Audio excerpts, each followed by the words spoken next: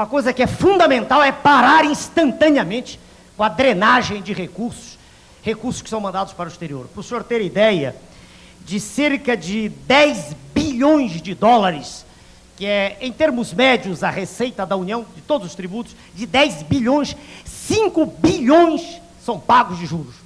Dívida interna e externa. Isso o povo não sabe. 5 bilhões. Veja como não tem nenhum sentido essa discussão imbecil de fazer projeto de educação, de saúde. Não adianta. Porque toda a riqueza nacional está indo embora. Esse é o ponto. Salve, família Encarando, aqui quem fala é o Davi, seja muito bem-vindo ao nosso humilde canal mais uma vez. Família, espero que vocês estejam tão ansiosos como eu para assistir a segunda parte do documentário, que realmente está cada vez mais revelador, e essa última parte vai deixar claro o qual é realmente o problema do Brasil. O Dr. Enéas já tinha explicado isto, o Dr. Enéas nos explicou há muito tempo que não adianta. Salve, família Encarando, aqui quem fala é o Davi, seja muito bem-vindo ao nosso humilde canal. Se você não assistiu o nosso último vídeo sobre esse assunto, sobre esse documentário, essa é a parte 2. Se você não viu o vídeo anterior, então eu peço a você que veja antes de assistir esse vídeo. É essencial, irmão, que você que queira realmente se informar, assista o vídeo anterior. Ah, Davi, mas eu vou ver logo esse que eu já tô nesse. Não, irmão, não faz isso não. O link tá até aí na descrição do vídeo, basta você clicar, coisa mais fácil do mundo, e você vai à primeira parte. E aí, se você gostar, se você ver que de fato as informações são relevantes, você volta pra cá, tá certo, irmão? Faça isso para você poder entender um vídeo. Esse não é mais um vídeo, é um grande documentário especial que vai abrir a mente de muita gente. Eu tenho certeza que você vai entender a nossa mensagem e o que estamos tentando passar aqui, que já foi uma coisa que o Dr. Enéas tanto tentou passar. Que não adianta fazer planos, não adianta, qualquer coisa que faça é conversa para boi dormir, porque a dívida cada dia aumenta mais e cada vez espreme mais o cidadão brasileiro. Ia chegar o ponto que nós vamos trabalhar tudo que podemos e não vamos dar conta de pagar esses juros, porque isso é feito para se implantar uma nova ordem mundial. Quando chegar o caos em todas as nações e todos os governos estiverem falidos, eles, os donos do mundo, os banqueiros internacionais, certo? As 13 famílias Illuminati vão chegar e vão propor o governo único, a moeda única, a religião única. Tudo isso tem que ser feito, a quebra das nações, a quebra da soberania das nações, para que esse plano terrível, esse plano que está descrito inclusive em Apocalipse, na Bíblia Sagrada, seja posto em prática. Muita gente não acredita, e o Dr. Enéas passou a vida toda tentando explicar. Então, irmão, agora que você está ciente do que ele realmente estava falando ali, vamos assistir o documentário. Não podemos mais perder tempo, porque cada minuto é precioso. E eu não sei até quando esse vídeo vai ficar no ar, então por favor, já peço que você deixe o like e compartilhe, irmão. É importante demais que mais uma pessoa assista. Então, pegue agora mesmo o seu pão com presunto e a vitamina de uva preta e vamos iniciar o nosso quadro. Quando fizemos a CPI da dívida pública, nossa proposta, feita aqui no Congresso Nacional, certamente nós colocamos o dedo na ferida da solução da economia brasileira.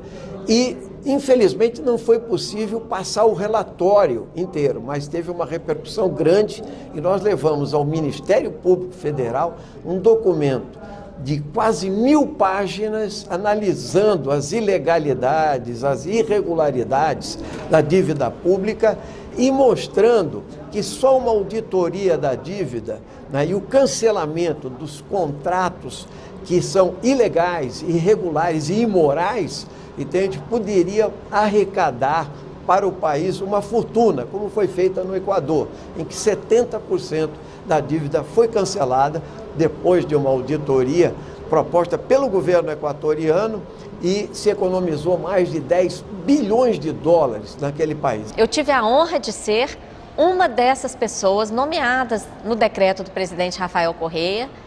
Fui para o Equador, foi um trabalho histórico, porque tinha apoio político do presidente e tinha respaldo legal num decreto. Entregamos o relatório para o presidente Correa em setembro de 2008.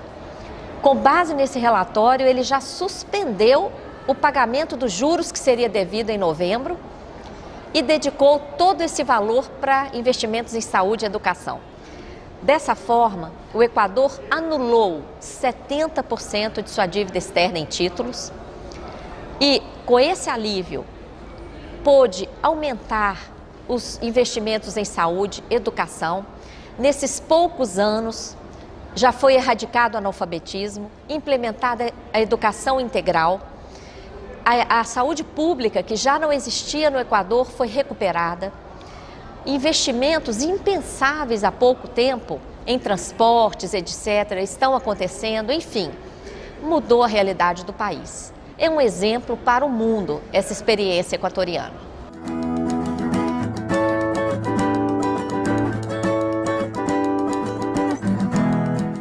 A moratória, para além de uma discussão, que também é importante, do pago ou não pago, é uma forma de forçar o credor a sentar na mesa para renegociar os termos dessa dívida. A Argentina fez basicamente isso. Falou, não pago. Ou não é que não pago, porque ela continua pagando, mas eu pago, não pago do jeito que está, mas eu vou pagar se a gente renegociar o perfil dessa dívida. A crise argentina, né, dos fundos abutres mostram claramente, e o nome nos parece extremamente adequado, né, mostra o caráter pouco sério dessas instituições. A Argentina também possui um fato histórico em relação à dívida, que é uma sentença judicial que condenou a dívida externa argentina, considerando-a ilegal, imoral, ilegítima, que é decorrente, é conhecida como sentença Olmos.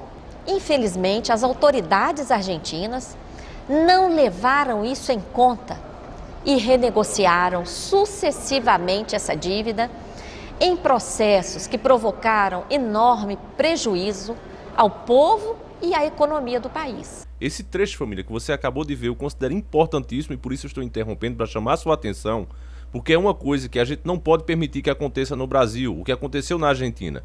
O povo percebeu, o povo acordou que essa dívida é ilegal, é absurda, ela escraviza a população, e aí o governo vai, tá certo, vamos fazer o que vocês pediram, e mascara as coisas. Faz de uma forma que o povo pensa que foi feito algo, mas na verdade não foi feito, continuaram sendo submissos aos interesses internacionais. Então, temos que ter o máximo cuidado para que essa situação, uma hora, não venha se repetir, caso ainda a gente consiga aqui no Brasil, porque a situação realmente está muito difícil. O novo governo entrou para realmente enganar as pessoas e achar que está fazendo alguma coisa, quando não se discute o que realmente é o problema. Então, Davi, então você é adivinhão, você é pessimista? Não. Se você sabe qual é o problema, vamos dizer, tem um cano estourado aqui nessa parte, e tu fica lá na frente trocando torneira, tu fica trocando chuveiro, tu fica mudando as coisas dentro da tua casa, sendo que o cano está estourado lá fora, não adianta de nada, a água nunca vai chegar na tua casa. É o que a gente vê o governo fazendo, exatamente esse exemplo. Davi, então você é petista. Esse documentário é petista. Você vai ver agora, a parte 1 do documentário fala que o que Lula fez é exatamente o que eu venho dizendo aqui. Ele mascarou a dívida. Ele pegou um exemplo simples para você entender, a moça vai explicar de uma forma mais técnica, mas já para você entender, para você já colocar esse filtro na sua cabeça, o que ela está dizendo é que nós devíamos uma dívida de R$100, por exemplo, R$1.000, nós devíamos R$1.000 e tínhamos que pagar R$10 ao mês, ok? Lula, para pagar esses R$1.000, pegou mais 1.000 com as pessoas próximas a ele, os bancos dentro do Brasil, pegou esses R$1.000, pagou a dívida, ficou sem dever lá, mas agora ficou devendo a esses bancos dentro de casa uma dívida que não é mais de R$10 ao mês, é R$40. Que tipo de imbecil e idiota faz isso? Aí eu respondo, um imbecil e idiota que quer se manter no poder. Agora, no começo, Lula era totalmente contra essas coisas, mas na hora que ganhou, aí ele se corrompeu. E aí você vê esse esquema sujo que ele fez para enganar o povo, para enganar a população, passar a ideia que o Brasil ficou rico. Isso foi tão forte, isso foi tão grande, que os Estados Unidos, quando viu, disse, pô, é o cara, ele é o cara. Ele conseguiu endividar mais o país e a população adorou, porque não sabia o que estava acontecendo. Veja o documentário e preste muita atenção nessa parte.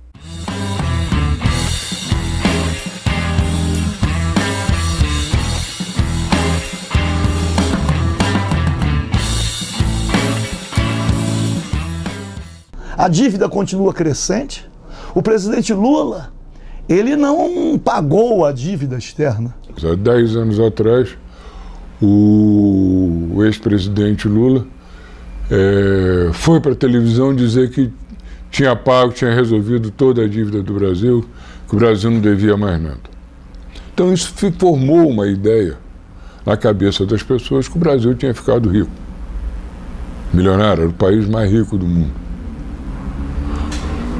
E hoje está aparecendo aí 2 trilhões de dívida. Você trocou uma dívida com a FMI a juros baixos por uma dívida com bancos privados a juros altíssimos. O pagamento ao FMI foi um pagamento de apenas 15,5 bilhões de dólares, que aconteceu em 2005, e foi uma operação que trouxe grandes prejuízos financeiros ao país, porque a dívida com o FMI custava apenas 4% ao ano de juros.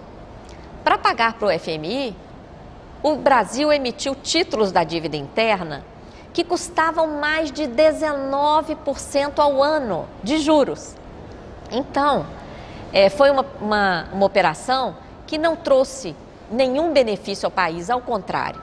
Foi uma operação que tornou a dívida ainda mais onerosa e provocou um grande desserviço político, porque iludiu ainda mais o nosso povo, afastando-o de enfrentar esse problema do sistema da dívida. E é esse o motivo que o Lula não se recandidatou, apesar do povo pedir, apesar do clamor do povo, no segundo mandato de Dilma.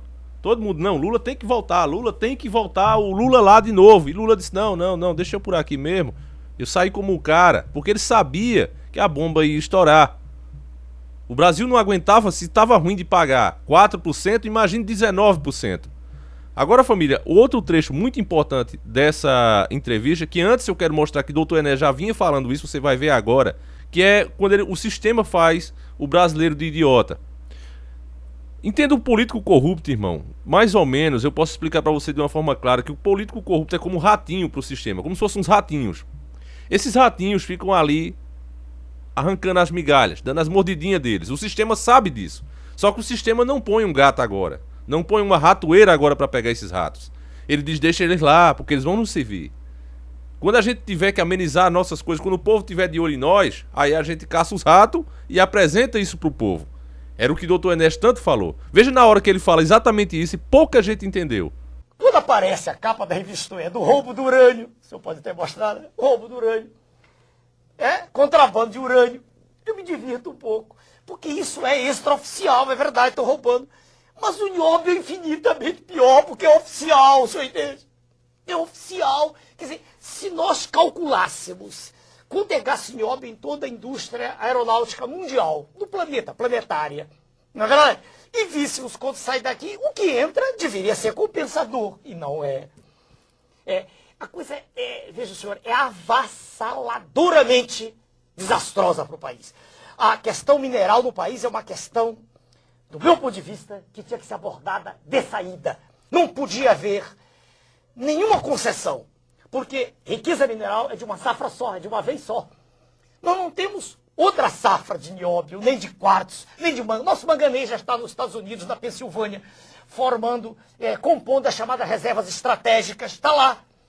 E quando o nosso manganês, ainda temos manganês, temos urucum, Mato Grosso, mas quando acabar tudo, aí nós vamos comprar pelo preço que eles quiserem. Não quero fazer discurso, eu estou respondendo um pouco animado, porque essa questão mineral me preocupa há muito tempo. Eu estudei, honra ao mérito, com o almirante Gami Silva, que tomou conta daquele projeto da Amazônia, um homem culto, preparado. Estudei muito. Ninguém fala nisso. E por que o senhor não falou isso na Câmara Federal? Mas já falamos. Ninguém repercutiu isso aí? Não, essa informação não tá é muito séria. Nisso. Perdoe, o seu canal é um canal voltado para a família, voltado para valores, mas isso não é geral na televisão. A televisão está preocupada em mostrar o roubo, a televisão está em mostrar essas falhas todas que aí estão. Eu costumo dizer, comparado o mensalão, a mesada dos nossos colegas que tristemente venderam suas consciências, comparado aquilo com o que nós perdemos em minério, aquilo é mesada de trombadinha. Mas o nosso homem comum, o nosso homem simples, não sabe desses valores vultosos. Então, eles também estão roubando. A imprensa desvia a atenção daquilo que é visceral para aquilo que é secundário. Essa é a questão. Enéas estava falando, família, desse negócio que todo mundo fica falando. Por exemplo, a Lava Jato. É muito bom que prenda esses ratões? Mas esses ratões, irmãos, eles desviam milhões, tá certo? O que são milhões compra lá dá trilhões por mês. O que é isso? É nada. Então, se concentra as atenções do povo, do judiciário, do Brasil em si, todo o Brasil, no roubo de quinquilharias, no roubo de mesada de trombadinha, enquanto o grande roubo é oficializado, é institucionalizado e ninguém vai em cima dele, porque estão preocupados com o roubo de galinha. É isso que o doutor Enéas explicou e é isso que você vai ver também agora no documentário. Acompanhe comigo.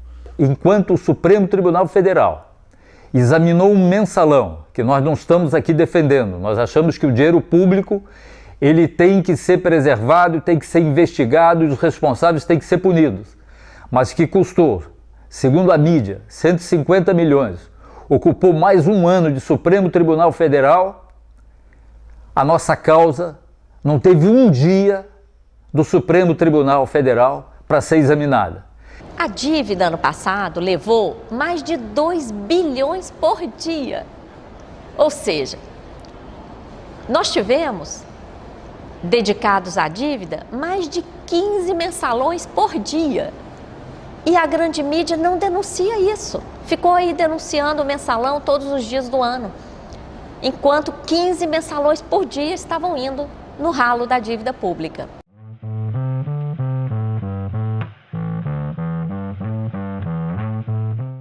Os banqueiros estão fazendo uma brincadeira com o governo. Você quer um programa popular? Você brinca aí com Bolsa Família. Você pega 20 bilhões por ano e distribui aí para os pobres. E não se preocupa com os 240 milhões que nós estamos ganhando. Então, os banqueiros concordam em pagar que o governo gaste uma migalha para maquiar a opinião pública, enquanto a taxa de juros, o interesse do banqueiro é 10 vezes superior àquela migalha que sai no Bolsa Família.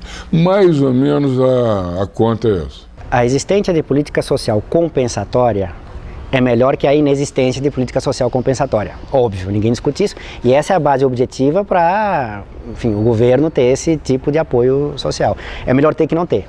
Agora, o que eu quero discutir é por que você tem. Primeira coisa importante é o seguinte: se a política social é compensatória, é porque ela está compensando algo. E se ela está compensando, ela não está resolvendo. Então, ela vai ser necessária ad eterno. A questão é, não estou discutindo a existência da política social compensatória, é porque você não, paralelamente, não resolveu o problema que faz com que você tenha que ter uma política social compensatória. Essa é a primeira coisa. Segunda coisa é o seguinte: de que maneira isso é feito? Então, por exemplo, Minha Casa Minha Vida. Como é que se faz no Minha Casa Minha Vida? Ah, você dá casa para a população, sim. Mas você está financiando quem? Construtoras. Que tem como lógica de acumulação o quê? Como é que é a lógica de valorização do capital das construtoras? É a mesma lógica de valorização do capital fictício. Você está dando bolsas para pessoas que nunca tiveram a chance de entrar na universidade, entrar em universidade privada com subsídio de Estado. Que bom que elas entraram na universidade, porque antes não entravam. Sim, mas qual é a lógica disso? Passar recurso público para garantir valorização de universidade privada e as vagas de universidades públicas estancadas. Defender política social não é ser anti-neoliberal. O que te faz ser liberal ou neoliberal ou anti-neoliberal é a forma da política social que você implementa. Política social focalizada, compensatória, é a política social do Banco Mundial. E não venham querer me dizer que a política social do Banco Mundial é crítica, heterodoxa, anti-neoliberal, que de fato não é. Basicamente, família, o que ele disse, para quem é lá de nós, para quem não entendeu bem, para mim foi muito claro e eu acredito para a maioria, mas para quem não entendeu, o que o governo faz é mais ou menos isso. Em vez de se construir novas faculdades, em vez de se investir nisso, que é o que o povo realmente precisa, ele tapeia as pessoas. Ele, olha, nós vamos financiar aqui, ó, vamos dar dinheiro para algumas bolsas. Qual é a faculdade que você quer entrar? É tal, pronto, a gente vai pagar para você se você conseguir a bolsa. Então cria-se esse programa de bolsa para mascarar uma coisa que o governo está deixando de fazer. E o jovem fica iludido com isso e acha até bom, porque diz, ó, o governo está pagando as bolsas aí, ó. Então quem ganha o dinheiro do governo são essas faculdades. O governo desvia o dinheiro que deveria ser para construir mais faculdades, para enriquecer uma minoria dono de faculdade. O povo acha isso bom porque está entrando numa faculdade particular, mas não vê que estão deixando de fazer as públicas. Não se cria mais vagas nas áreas públicas. Você vê como é difícil entrar numa faculdade pública. Então é exatamente isso que acontece o tempo todo e o povo não percebe. O governo inventou maneiras de tapear as pessoas. A mesma coisa as construtoras. O governo, em vez de criar condições que as próprias pessoas possam construir suas casas, não, ele cria um programa para fazer umas casinhas michuruca lá, paga milhões às construtoras, dinheiro público vai para essas construtoras, enriquece mais uma vez a indústria, mas o povo acaba ficando sem condições de construir suas próprias casas e fica na dependência de esmolas. É isso que acontece. Não pergunte nada, não pergunte nada. Não pergunte nada, não pergunte nada.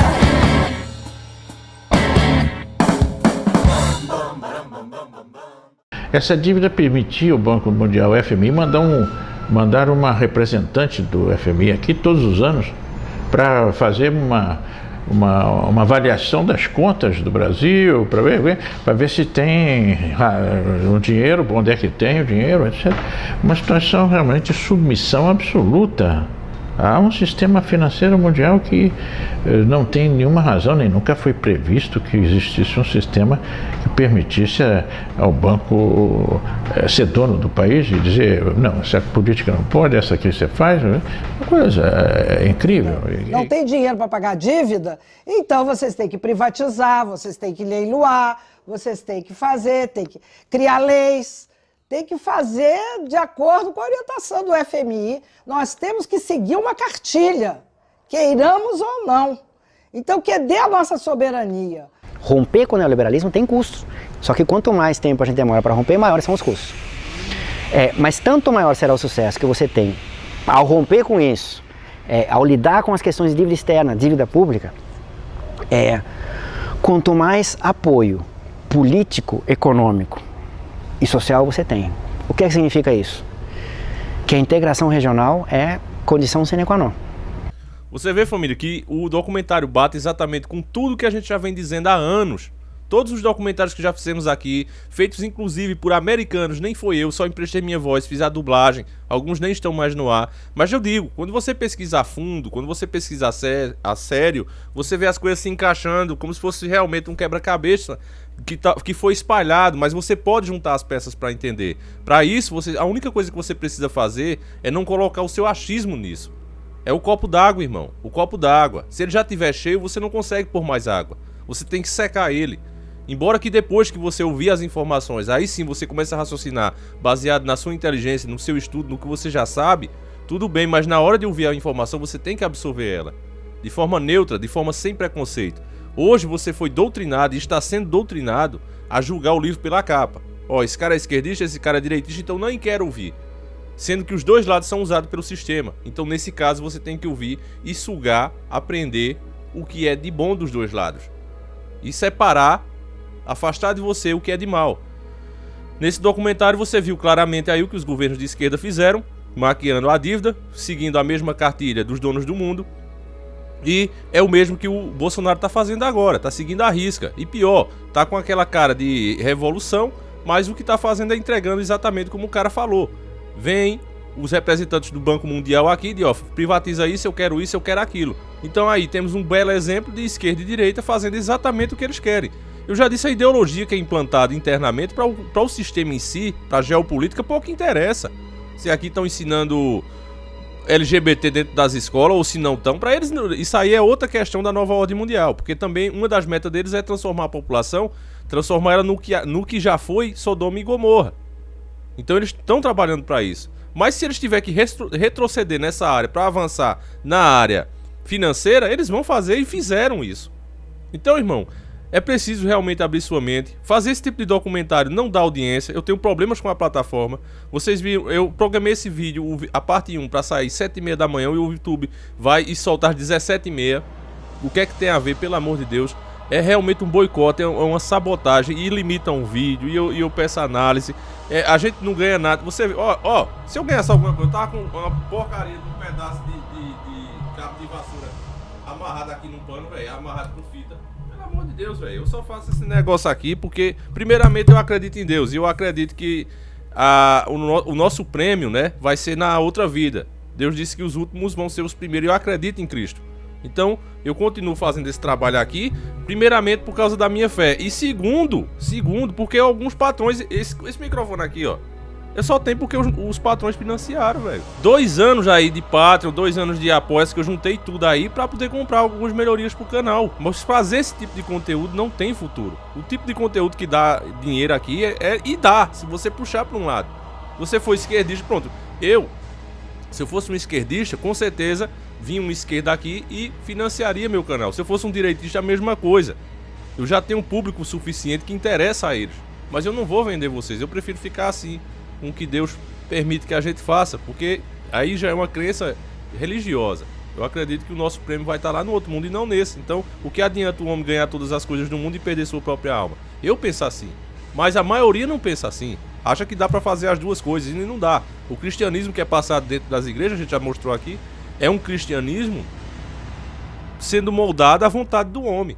O verdadeiro cristianismo, o raiz, onde nós temos que aprender a abrir mão das coisas, a renunciar, esse aí está sendo cada vez mais substituído por doutrinas maçônicas dentro da igreja. Mas isso a gente já falou, é tema para outro assunto. Eu acho que o importante hoje é que você conseguiu entender o porquê da nossa crise atual e porque o Brasil paga e nunca melhora. A gente tem tempos de dias menos ruins, mas nunca de fato de tempos bons. E um país como é o Brasil, autossuficiente, de fato, deveria ter tudo de bom. A próxima parte do nosso documentário vai ser a última e é a parte mais polêmica, porque vamos falar da famosa Ursal, a Zona Sul. Você vai entender o que ela é e qual era a intenção dela, irmão. Você vai ver que as ideias começam na boa intenção, mas na prática ela não funciona assim. E é isso que eu vou explicar no próximo vídeo, é uma das partes mais interessantes e polêmica. Com certeza é polêmica, porque também vamos citar até Marx. Você vai entender bem as coisas como de fato elas são, tá certo? Então eu espero vocês, por favor, compartilhem, irmão. Se não for você, velho, eu não espero que o YouTube... O último vídeo, ele teve menos de 30 mil acessos. O que é ridículo. Mas Davi teve 20 mil em um dia. Nosso canal já passou dos 400 mil inscritos. Um vídeo em um dia pegar menos de 30 mil, um assunto como esse, se fosse um assunto bobo, tudo bem. Mas é ridículo. Então, irmãos, eu peço a você que, por favor, compartilhe. Faça isso, por favor, para que as pessoas entendam. Porque enquanto as pessoas acharem que, não, o negócio é cortar os direitos dos trabalhadores, o negócio é vender as nossas empresas, o problema é esse vereador aí da minha cidade que tá roubando, o problema... Essas coisas mínimas, enquanto o que é oficial, o que está institucionalizado, continua saindo na nossa frente de forma legal, de forma honesta, e nós não fazemos nada. Então é isso que tem que mudar. E é por isso que esse canal aqui, ele é um perigo, ele é uma ameaça ao sistema. Esse e vários outros. Eu já disse a vocês, se eu sumir da mídia, se eu sumir aqui um dia, vocês não fiquem surpresos não. Porque isso vai acontecer mais cedo ou mais tarde. Mas enquanto eu tiver essa brecha, eu vou estar aqui, batendo na real, irmão. Então, eu só peço a sua ajuda de todas as formas. Se você puder também ajudar financeiramente, com 10 reais, 20 reais, nós temos o apoio, nós temos o Patreon. E se você puder também, não, Davi, eu tô desempregado, tô numa situação ruim, não tá fácil a situação no nosso Brasil, de boa, irmão, a gente vai continuar aqui, como eu já disse, a meta não é dinheiro. A nossa situação, graças a Deus, tá boa, tá indo aí. Davi, mas e se acabar aí? Nenhuma, velho, a gente continua. Não tá falando? Tá bom, dá pra eu entender o áudio, então tá de boa, pra mim tá de boa. E o importante aqui é que de fato, isso é importante, que você compartilhe, que você comente e deixe o seu like. Isso sim é o que eu peço a você. Isso sim é importante. Isso sim, se você não fizer, aí sim o conteúdo deixa de existir. Então, irmão, eu vou ficando por aqui, eu vou fazendo a minha parte, vocês fazem a de vocês, passando a informação adiante, conscientizando cada pessoa, tá certo? Por mais que você ache difícil as pessoas acreditar, aos poucos ela vai entendendo, porque ela vai vendo que é exatamente isso que acontece. Muitos chegaram aqui até pra debochar. Vou ver o que é que esses loucos estão falando. E aí o cara foi olhar, riu, ridicularizou, deu dislike, falou um monte de besteira, aí depois aconteceu. Aí o cara volta. E é assim que acontece, porque são realidades. Teoria da conspiração, já disse, você encontra em canais de esquerda e direita. No nosso você encontra verdades, porque somos nacionalistas. Então é isso, família. Eu vou ficando por aqui e que o nosso Yahushua acompanhe e proteja vocês durante toda a semana. Eu volto amanhã, se assim o Criador permitir, com a última parte do documentário. Um abraço e tamo junto.